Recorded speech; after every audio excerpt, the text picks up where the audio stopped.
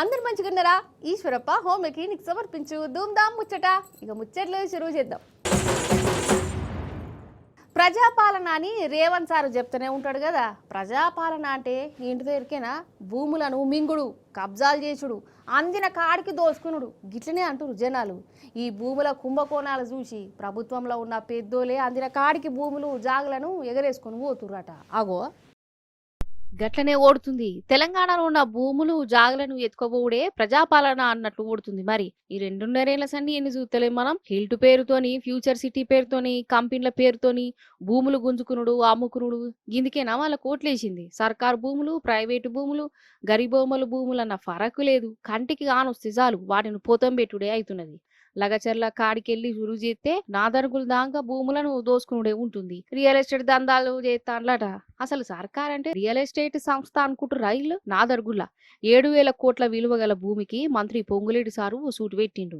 373 ఎకరాలను మింగేసే పన్నాగం చేసిండు. బినామీ కంపెనీలు ముంగడ పెట్టి దొరికిన కాడికి భూములను దోసుకుంటురట. ఇదంతా రెవెన్యూ మంత్రి పొంగులేటి సారు పుణ్యమేనట. ఏంది ఇది అసలు? గిదా ప్రజాపాలన అంటే? ఇక కోహెడా పండ్ల మార్కెట్లను కూడా అమ్ముకునే ఉపాయం చేస్తుంది రేవంత్ సర్కారు. కోహెడాల పెద్ద పండ్ల మార్కెట్ ఉండాలని అప్పుడు కేసీఆర్ సారు 200 ఎకరాల భూమిని ఇచ్చిండు. మరి ఈ పార్టీ అధికారంలోకి వచ్చినాక ఆ మార్కెట్ పనులు పూరాగా చేయాలి కదా. ఇక రేవంత్ సార్కు మన కేసీఆర్ సారు ఏం చేసినా నచ్చదాయి. ఆడికెళ్ళి పండ్ల మార్కెట్ మాయం చేస్తురు, ఆ భూములను అమ్ముకుంటురు. భూములు ఇచ్చిన రైతుల పొట్ట కొడుతుంది. ఈ కోహెడు పండ్ల మార్కెట్ ను కబ్జా చేస్తున్నని ఎరకౌడుతోని మన హరీష్ రావు సారు, సబితక్క, కడ్మ బీఆర్ఎస్ లీడర్లు ఆ మార్కెట్ కాడికి పోయారు. అక్కడ రైతుల తండ్లాటిన్నారు. మన సర్కారు చేస్తున్న మోసం ఏందో బయట పెట్టారు. ఇదేమో మార్కెటింగ్ శాఖ తన సొంత పైసలు పెట్టి 10 కోట్లు పెట్టి ఈ భూమి కొన్నది మార్కెటింగ్ శాఖ. ఈడ అంతర్జాతీయ మార్కెటింగ్ వ్యవస్థ నిర్మాణానికి 350 కోట్ల డబ్బులు డిపాజిట్ చేసి పెట్టింది మార్కెటింగ్ శాఖ. భూమిని ఆగం చేస్తారంటే మనకు చెట్ల పొన్న గుట్టల పొన్న బొమ్మంటారు. ఆ గుట్టలలో హైకోర్టు కేసు ఉన్నది, ఆంధ్రప్రదేశ్ పంచాయతీ ఉన్నది, ఎస్సీల పంచాయతీ ఉన్నది, అందులో గుడి ఉన్నది, మడివిట్లకెళ్ళి రోడ్డు ఉన్నది. అంటే ఇది అయ్యే ముచ్చట కాదు. మార్కెట్కు మంగళం, భూమి మాత్రం కథ, భూ బకాసారులు మయం చేసే కథ. రైతులు ముఖ్యమా, దళారులు వ్యాపారులు ముఖ్యమా? నీకు నువ్వు రైతుల పక్షాన ఉంటావా, దళారుల పక్షాన ఉంటావా? దళారులకే దిల్లు భూములు ఇయ్యడు, ఎందుకంటే అది నడవదు కేసు. అది కేసు ఉంది, దానికి తెలుసు. అందరికంటే ఎక్కువ రేవంత్ రెడ్డికి తెలుసు. ఆ దిల్ భూములు ఇప్పట్లో పంచాయతీ దిగది, ఆ భూములు ఇప్పట్లో చేతికి రావు. ఇది మాత్రం క్లియర్ ఉన్నది. దీన్ని లేపకపోదాం, దీన్ని తమ అనుయాయులకు కట్టబెడదామనేటువంటి ఒక కుట్ర. నిజానికి గడ్డి అన్నారంలో కానీ మహేశ్వరంలో కానీ కొన్ని వేల మంది బతుకుతూ ఉంటారు. వేల మంది ఈ మార్కెట్ మీద హమాలీలు కావచ్చు, రిటైలర్స్ కావచ్చు, ప్యాకింగ్ వాళ్ళు కావచ్చు, ప్రత్యక్షంగా పరోక్షంగా వేల మంది దీని మీద జీవనాధారం ఉంటుంది. లక్షల మంది రైతుల భవిష్యత్తు దీని మీద ఉంటుంది.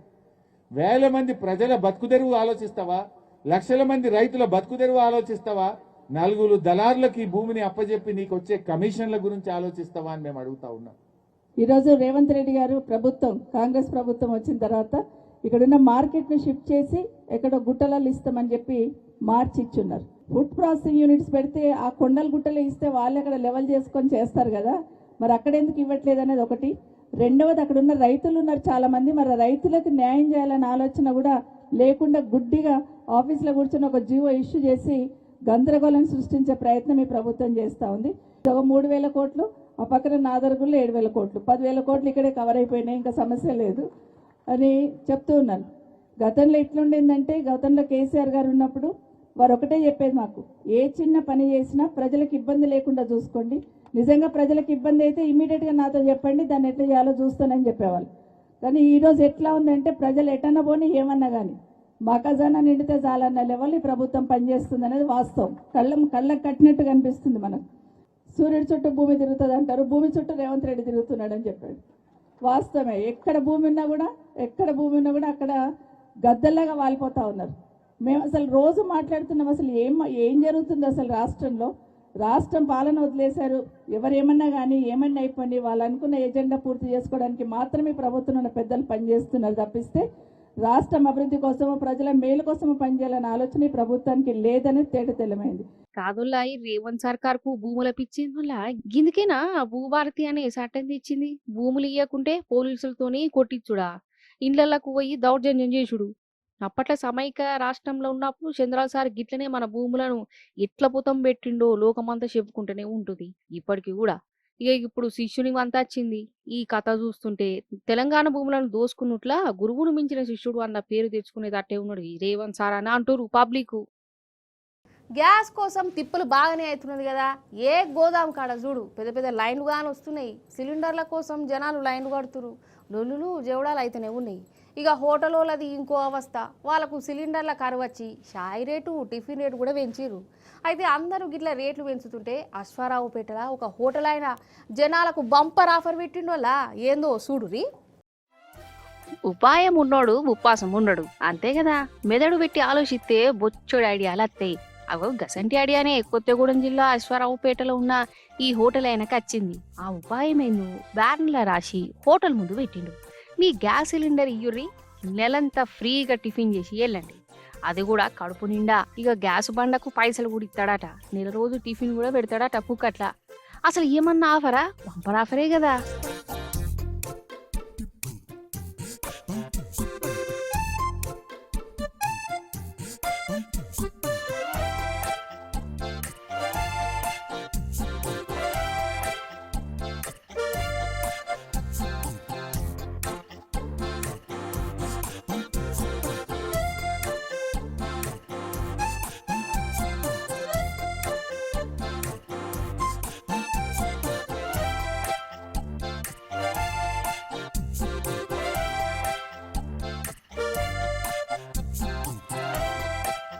అసలే గ్యాస్ తిప్పలు చేయబట్టి చాలా హోటళ్ళు బంద్ అయిపోయినాయి. ఉన్న కాడికి కట్టెపోయేలతోని కొందరు హోటల్ నడుపుకుంటారు. ఇక చాలా హోటళ్ళల్లో రేట్లు కూడా పెంచారు. సాంబార్లు పెడతలేరు. ఇట్లా అందరూ జనం జేబులకే షిల్లులు పెడుతుంటే ఈ హోటల్ ఆయనే అపాయంలో ఉపాయం ఆలోచించిండు. జనాలకే ఫ్రీగా టిఫిన్ పెట్టి వాళ్ళకాడ గ్యాస్ ముద్దులు తీసుకుంటుండు. ఇక ఈ ఆఫర్ ఏందో మంచిగానే ఉన్నదని ఇంట్లో 2 సిలిండర్ ఉన్నోళ్ళు ధైర్యం చేసి ఒక సిలిండర్ హోటల్ ఆయనకు అప్పచెప్పిరట. ఇంకేంది, నెల రోజుల దాకా ఫ్రీగా నాస్టా చేసి ఆఫర్లో పడిపోయారు. ఇక సందు ఈ ఆఫర్ చేయబట్టి టిఫిన్ కూడా అన్నం తిన్నట్టే తింటురటనోళ్ళ. ఆఫర్ పొడగొట్టుకోవద్దు కదా, గట్లున్నది మరి.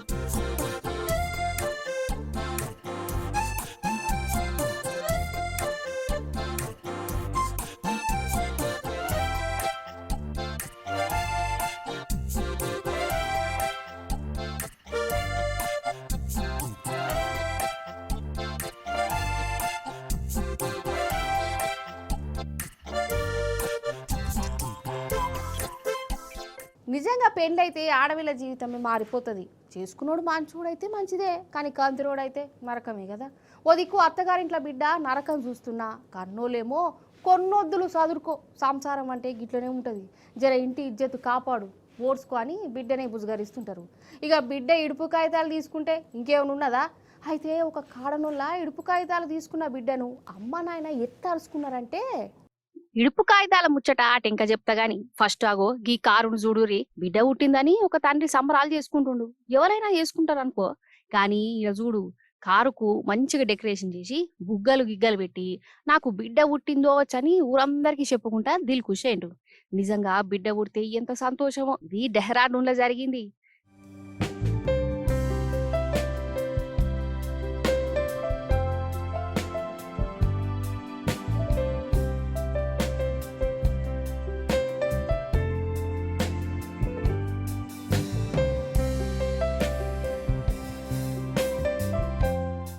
సరే, బిడ్డ పుడితే తండ్రి ఆనందం చూసిరు కదా, ఇగో ఇప్పుడు ఈ సంబరాలు చూడురి.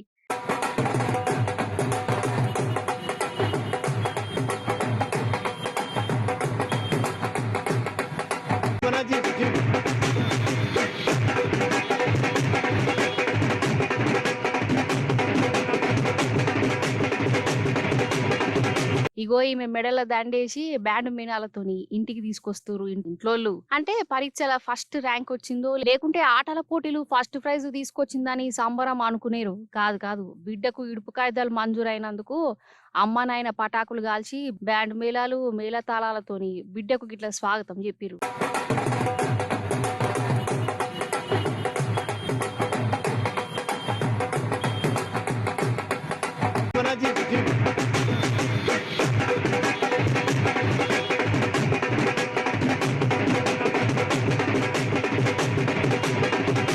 అయితే ఈమె పేరు వినీత.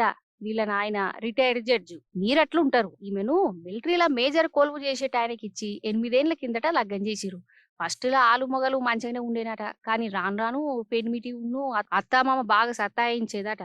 కొట్టుడు, తిట్టుడు ఇక ఇడుపు కాగితాలు కావాలని కోర్టుకు పోయింది. కోర్టు విచారణ చేసి ఈమెకు విడాకులు మంజూరు చేసింది. బిడ్డకు విడాకులు ఇచ్చినాయని ఎరుకవుడుతోటే ఈమె ఇంట్లోలందరూ ఐ లవ్ మై డాటర్ అని రాసున్న టీ షర్ట్లు వేసుకొని విడాకులు మంజూరు చేసిన కోర్టు ముంగట్నే పటాకులు కాల్చిరు. స్వీట్లు పంచిరు. కోర్టు నుంచి ఇంటి దాకా బిడ్డను ఊరేగింపుగా తీసుకొచ్చి సంబరపడ్డారు. పోసిన విడాకులు తీసుకున్నందుకు గీ సంబరం ఏంది అనిపిస్తున్నది కదా. అయితే బిడ్డ పుట్టినప్పుడు దావతులు ఇచ్చి సంబరపడుడే కాదు, ఆమె బాధలు ఉన్నప్పుడు కూడా ఇమ్మతిచ్చుడు అమ్మా నాయన బాధ్యత.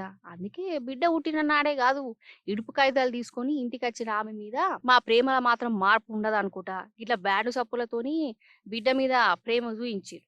నిజంగా ఎవలో అన్నట్టు పెళ్లి చేసినప్పుడు బిడ్డ కోసం కండ్ల పొంట నీళ్లు పెట్టుకొని సాగనప్పుడే కాదు, కండ్ల పొంట నీళ్లు పెట్టుకొని ఇంటికి వచ్చిన బిడ్డకు మేమున్నామని దయానంగా నిలబడు కూడా ముఖ్యం. అంతే కదా. ఫైటింగ్లు అంటే ఎట్లా చేసుకుంటారు? చేతులతోని దాన్ని అనుకుంటారు, కట్టెలు అందుకొని కొట్టుకుంటారు, మాట మాట అనుకుంటారు, తిట్టుకుంటారు. కానీ ఒక ఊర్లే ఇద్దరు దోస్తుల నడుమ పంచాయతీ పుట్టింది. మరి వాళ్ళు ఎట్లా దాన్నుకున్నారో ఎరికేనా? చూడుర్రి.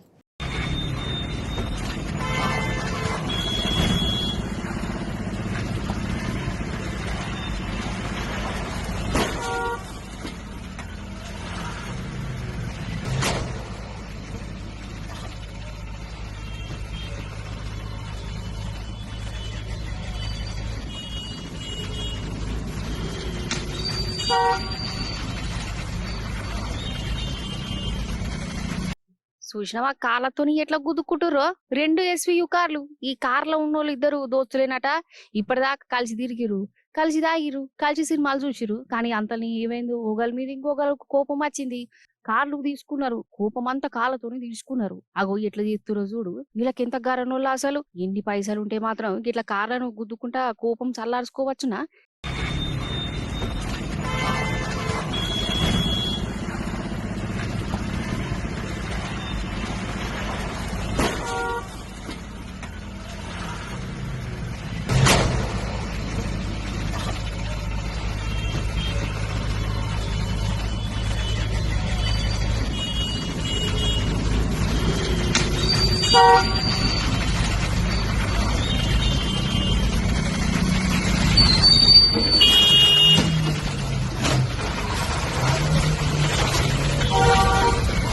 ఇక వీళ్ళ ఫైటింగ్ చూసి చుట్టుముట్టున్న జనాలు భయపడ్డారు. అసలు కోపంలో మా మీదకి ఎక్కిస్తారా ఏందని గావరపడ్డారు. వీళ్ళు చేసిన కథకంతా దుమ్ము ధూళి. ఇక ఎవరో వీడియో తీసి సోషల్ మీడియాలో పెడితే వీళ్ళు కార్ల ఫైటింగ్లు పోలీసులు దాకా పోయింది. వాళ్ళు వీళ్ళ అడ్రస్లు దొరకబట్టుకొని ఇద్దరు స్టేషన్ కు పట్టుకుపోయారు. వాళ్ళ స్టైల్లో బుద్ధి చెప్పిరట. కాదు నడి రోడ్డు మీద ఏంది వీళ్ళు వేషం? ఏమన్నా దిమాకున్నదా కథ గాని?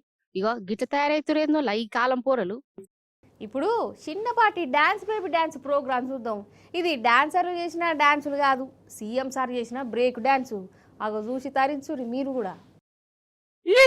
షెమ్మ శక షెమ్మ శక షారడేసి హారే డాన్స్ చేసేది ఎవరనుకుంటుర్రు? సీఎం సారే. అంటే మన సీఎం కాదు లేర్రి, గా అస్సాం ముఖ్యమంత్రి హిమంత్ బిశ్వ శర్మ సారు.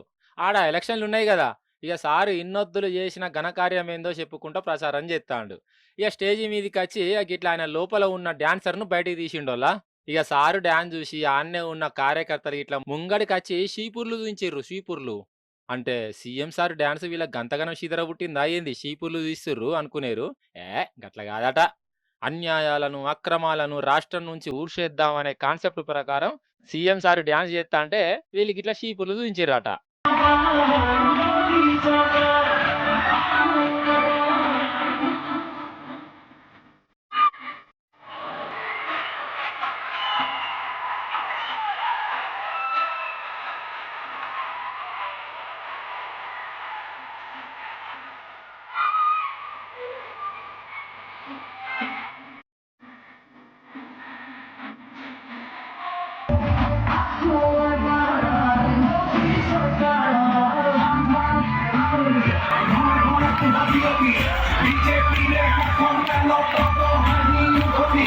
అంటే ఇన్నొద్దులు అస్సాంలో ముఖ్యమంత్రిగా చేసింది ఈసారైనా, కొంపదీసి ఈసారినే ఊడ్చేద్దాం అనుకుంటుర్రా ఏంది అని కారెడ్డం ఆడుతుర్రు. మొత్తానికి ఓట్లకు ముందు డ్యాన్స్ చేసిన సీఎం సారు ఓట్లు ఓడిచినాక జనాలతో ఇంకెట్లా డ్యాన్స్ చేపిస్తాడో అని అంటుర్రల్లా అది అన్నట్టు ముచ్చట.